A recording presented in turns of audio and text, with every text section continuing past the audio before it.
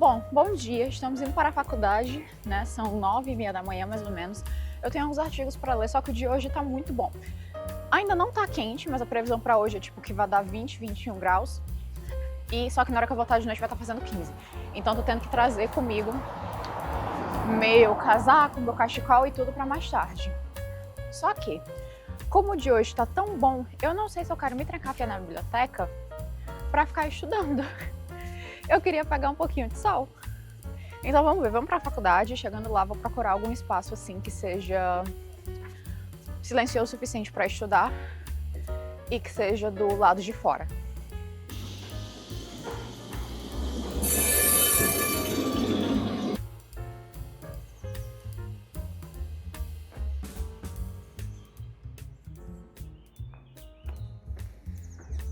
Então, o ônibus ia demorar 10 minutos para passar, aí eu resolvi ir andando, porque é uma excelente forma de, primeiro, me exercitar, que eu estou precisando, e segundo, pegar um pouco de ar fresco e sol, porque hoje o dia tá realmente muito bom, e a previsão de hoje era de chuva, então assim, eu tava meio skeptical de que ia estar fazendo um dia bonito.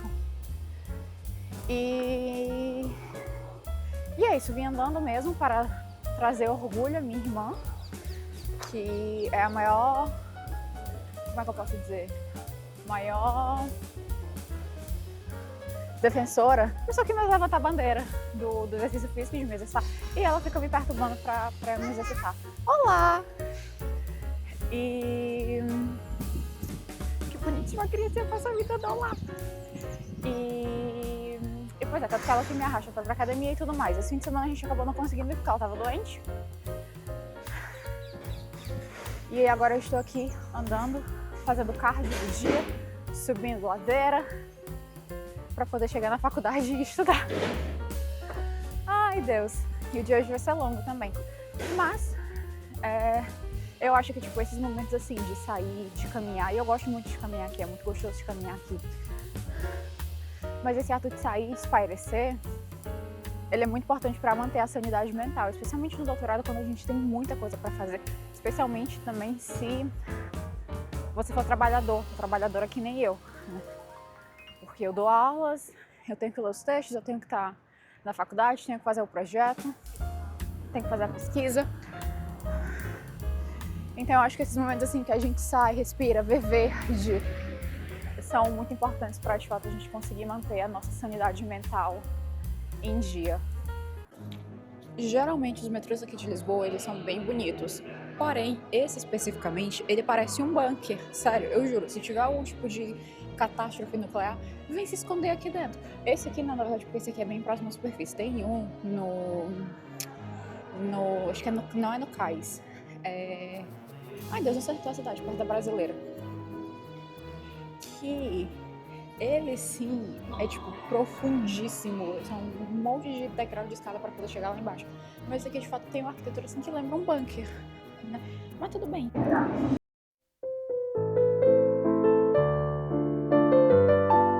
Então, será que o microfone vai ser bom em realmente cancelar o ruído? Então, eu tô lendo o Visconde de Bragelonne, eu tô no capítulo 160 e alguma coisa, 168, que é o capítulo sobre Shiloh. Basicamente, a Louise Javelier, ela entra pro convento depois de ter sido expulsa da corte pela madame, e o rei Luís XIV, rei Sol, ao Sol aqui, Apolo, querido, maravilhoso, vai atrás dela. E é uma cena, assim, de uma paixão desesperada que vocês não estão entendendo. É uma coisa extremamente dramática, apaixonada, uma coisa, assim, bem do romantismo mesmo, sabe? Aquela coisa do amor desenfreado, daquela paixão que, tipo, tudo consome, que queima reinos, contanto que você fique com a pessoa amada. Pois é, aí estamos nesse dilema. Eu hoje, como uma pessoa de 27 anos, quase 28, eu já não vejo mais graça nisso, tá entendendo? Porque eu sei que esses arroubos apaixonados, sabe, tipo, enfim, não é uma coisa que dialogue mais comigo. Mas eu lembro que, quando adolescente, eu adorava esse tipo de descrição, eu adorava esse tipo de cena. Hoje eu prefiro uma coisa mais contida, tipo, uma coisa mais Jane Austen, sabe? Uma coisa assim, mais Senhor Darcy, I love you, I love you, I love you. eu não gosto muito não gosto mais dessas coisas, desses amores cheios de arroubo e de violência, né? Que, querendo ou não, é bastante violento. E aí, estou lendo isso agora, né? Sendo que eu sei que eu, quando adolescente, eu teria adorado isso. A questão é que eu li esse livro quando eu era adolescente e eu odiei com todas as minhas forças. Mas não era porque eu via uma problemática nesse tipo de romance ou nesse tipo de amor. Não, era simplesmente porque eu estava me sentindo traída. Eu comprei as dores do Raul, o Raul é o noivo da Luiz, e eu comprei as dores dele, tá entendendo? Porque ele estava longe, ele tinha sido mandado para a Inglaterra a serviço do rei. E ele não estava perto da Luísa, tipo, ele não estava lá para ver tudo isso acontecer. E talvez ainda bem que ele não estivesse lá para ver isso acontecer. Eu acho que teria sido muito mais, para ele teria sido muito mais, o choque teria sido muito maior, né? O choque é muito grande quando ele volta e encontra toda aquela situação, mas eu acho que presenciar é muito pior, sabe? O ver acontecendo é muito pior e sem poder fazer nada, porque tipo, ele não podia ir contra a vontade do rei. Mas enfim, eu lembro que eu odiei na época, eu fico com muita raiva da Luísa. Tipo, muita raiva da Luísa, por ela não ter, tipo, agência sobre os seus próprios sentimentos sabe, e ter se controlado. Mas eu acho que hoje, quando eu leio esse texto e eu vejo, eu entendo. A Luísa, ela é uma adolescente, ela tem 16 anos. Ela é muito novinha ainda, ela ainda não tem, de fato, controle sobre os sentimentos dela. E quando ela encontra com o rei, realmente, né, é o rei, é literalmente a representação de Deus na Terra, naquela mentalidade. Então ela, de fato, se apaixona perdidamente pelo rei. E ela não tem culpa disso, tá entendendo? É uma questão de situação, é o contexto que tá ali. E por conta disso ela abandona, né, o noivo dela, o Raul, que é melhor amigo de infância dela. E eu acho que isso também é uma coisa que pra Luísa, acho não, vírgula, ela fala isso. Ela ama o Raul, mas como irmão, porque eles cresceram juntos. Então ela não vê o Raul, ela não vê o Raul como homem. Ela vê o Raul como irmão. E ela vê o rei Luís XIV como um homem, como o melhor exemplo dentre todos os homens, porque afinal de contas ele é o rei, né? Então ela se apaixona perdidamente pelo rei, o rei se apaixona perdidamente por ela. E fica todo esse drama de o rei é casado, o rei não pode ficar, quer dizer, o rei pode, né, ele pode ter amantes, mas tipo, ela se sente um pouco assim, porque ela entende o dever dela, né, enquanto criada, que ela não é bem uma criada, ela faz parte da nobreza, da baixa nobreza, mas ela é uma das damas de companhia da madame, que é a cunhada do rei. Outra pessoa assim também é uma praga. Enfim, e aí eu acho que hoje eu percebo, eu consigo entender o lado da Luiz. Quando eu era adolescente, não, eu só fiquei tipo, com muita raiva dela mesmo. Passei tipo, a minha vida inteira xingando a Luiz. Hoje eu já entendo, hoje eu consigo compreender o lado dela. Agora sim, ainda sinto muito pelo pobre do Raul. Não sei como é que eu vou lidar na terceira parte, quando ele... Eu não sei se ele volta ainda, né? Porque eu não sei como é que foi feita a divisão da Zarra, né? Como é que ela dividiu esses textos. Eu não sei se o Raul já volta nessa parte ou se o Raul só volta na próxima, na terceira, mas eu acho que ele só volta na próxima. Porque eu lembro vagamente que o rei manda ele ir pra uma guerra, tipo, pra frente de uma guerra. E eu acho que isso só acontece no próximo livro. E eu lembro, tipo, especificamente de uma cena da Louise já como amante do rei, tipo, num apartamento, tipo, super mobiliado, incrível, lindíssimo, e o Raul entrando pra ir falar com ela, né? E a Louise lá chorando e sofrendo porque o Raul ia ser mandado pra guerra.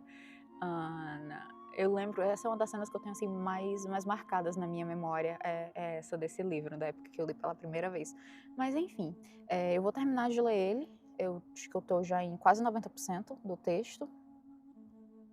Eu tô em 86%, 85%, 86%. 86% do texto. Então, eu tô quase terminando, mas eu não vou emendar a leitura com o... E eu tenho que prender esse meu cabelo. Eu não vou emendar a leitura com o... Ai, Deus, como é que é o nome? O Homem da Máscara de Ferro, porque eu vou deixar para fazer essa leitura no Brasil quando eu estiver lá, porque eu vou aproveitar para comprar o livro. Eu tenho o livro físico, né, do Louis Lavalier, li boa parte dele na versão física, mas quando eu preciso sair de casa, eu geralmente leio no Kindle, porque o livro é muito grande, mas quando eu estiver no Brasil, eu vou comprar o volume mesmo, porque eu quero ter toda a coleção. Eu tenho em casa, na casa da minha mãe, eu tenho, tipo assim, pra ir uns 25 livros do Alexandre Dumas. Eu sou muito fã do Alexandre Dumas. E eu saí colecionando, né, vários livros dele ao longo da minha vida.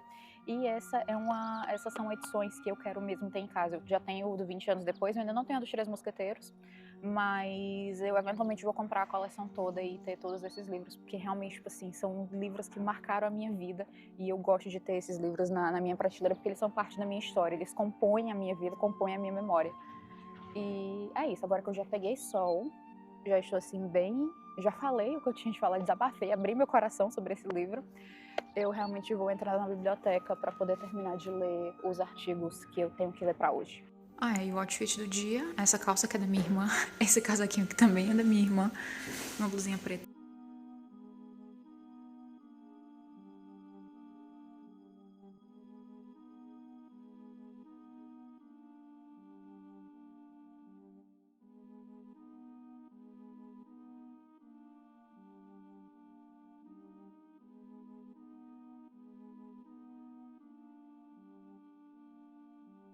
Então, eu tava indo pro segundo artigo quando eu recebi um e-mail informando que a minha certidão do mestrado estava pronta. Então agora eu tenho lá na secretaria.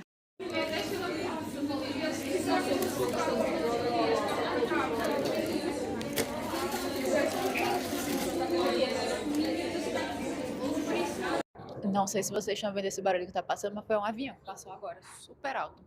Então, ainda falta meia hora pra minha próxima aula começar, porém, em meia hora dá pra ler muita coisa, né? Dá pra ler muita coisa, mas eu decidi vir atrás do meu almoço. Comprei um suquinho de maracujá da Compal. Não sei porque eu comprei o suco de maracujá, porque eu vou passar as próximas 2 horas e meia vendo filme, vou acabar cochilando.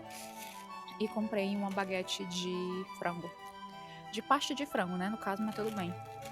E também comprei uma empanadinha de atum, porque eu só vou comer agora quando eu chegar em casa. Ou seja, tipo, umas 7 horas da noite.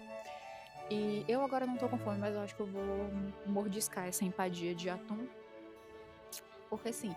Aí, pois é, fui na secretaria ver se o meu documento tava pronto. Não sei se tá pronto, porque a secretaria não tá fechada, mas tipo, pra atender os estudantes de pós-graduação só começa às 2 da tarde. Antes disso, eles não atendem. E aí eu vou ter que voltar lá entre uma aula e outra. Vou chegar atrasada na segunda aula, mas tudo bem, vou falar com a professora e pedir licença pra poder ir lá. Só espero que eles não me passem nenhum documento, porque eu não trouxe nenhum documento hoje. Mas enfim. E... pois é. Aí eu poderia ter ido pro sol, né? Ter ido pra... mas... não tinha nenhum espaço adequado para se sentar no sol e eu fiquei... ai, que triste. Mas enfim. E por agora é isso. Eu terminei de ler um dos artigos, que eu achei, na verdade, bastante interessante, porque ele vai falar sobre como os objetos, eles não apenas moldam, como refletem a nossa memória e, mais importante, a nossa identidade. Então, nós somos moldados, a nossa identidade é moldada pelos objetos, e os objetos, eles também refletem a nossa identidade. E eu acho que isso faz muito sentido, porque eu, particularmente, eu gosto de usar certos elementos, certos objetos que, no meu ver, condizem com quem eu sou, condizem com a minha personalidade. Então, por exemplo, hoje eu não tô usando meus brinquinhos de BenTV, mas eu adoro meus brinquinhos de BenTV e eu acho que eles expressam um pouco da minha personalidade. Ou então sempre que eu tô usando, tipo, coisas com estrela. Eu adoro coisas com estrela. Quando eu era mais nova, eu estudava astronomia. Durante a minha adolescência, eu fazia parte do clube de astronomia da escola e isso era uma grande parte da minha identidade. E até hoje, mesmo eu não estudando mais astronomia de forma séria, na época que eu fazia, na época eu estudava para as Olimpíadas de Astronomia, né, da UBA, Olimpíada Brasileira de Astronomia. Hoje eu já não faço mais isso e eu nem sequer estudo astronomia de forma como um hobby. Mas eu, durante muito tempo, eu, tipo, tinha um telescópio. Eu acho que o meu telescópio ainda tá na casa da minha mãe. Eu, tipo, passava horas olhando as estrelas, observando a lua, observando os planetas. Eu não faço mais isso hoje em dia e nem estudo mais ativamente hoje em dia. Mas ainda assim, tá passando o avião.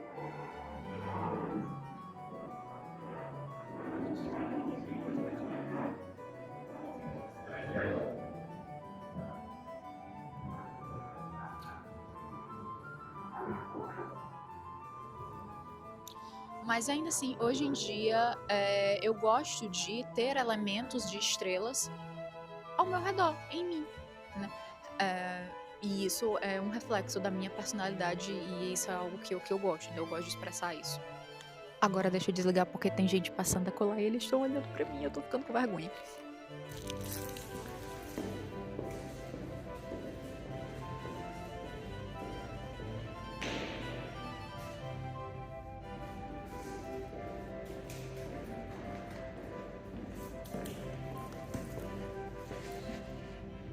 avancei mais um pouquinho na leitura do Visconde Bragelonne e estou no capítulo 171.